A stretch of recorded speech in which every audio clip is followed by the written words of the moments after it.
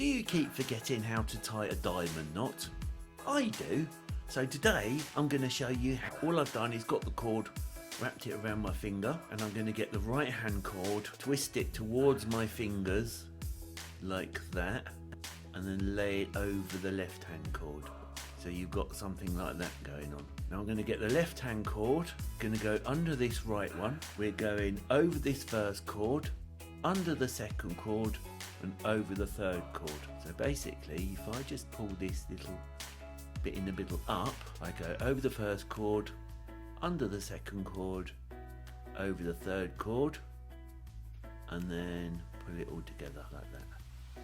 Don't have to pull it tight, but pull it together until you get this shape going on. This is a carrick spend, or the diamond part of the diamond knot. Now you can see this cord kind of wants to go round to the left, and this one kind of wants to go round to the right. So you let them.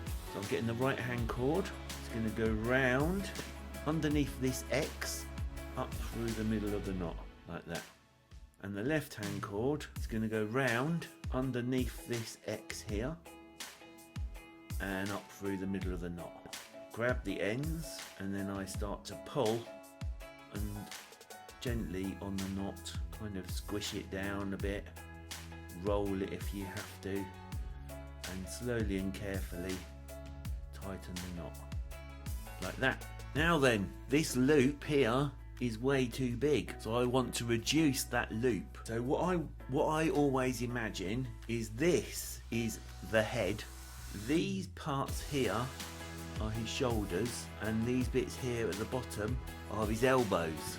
Okay, so what I do, I grab his right elbow, which is kind of humorous, and just gently pull. And as you can see, I'm reducing that loop. Sometimes you have to give his right elbow a little twist. Ow! Doesn't hurt to go like that. And then you can do exactly the same with this right hand side of the loop. You grab the right elbow at the front and give it a pull as well, just to reduce. And now all you do is take the slack out. So I've pulled on his right elbow, and now all I'm going to do is follow the cord all the way through the knot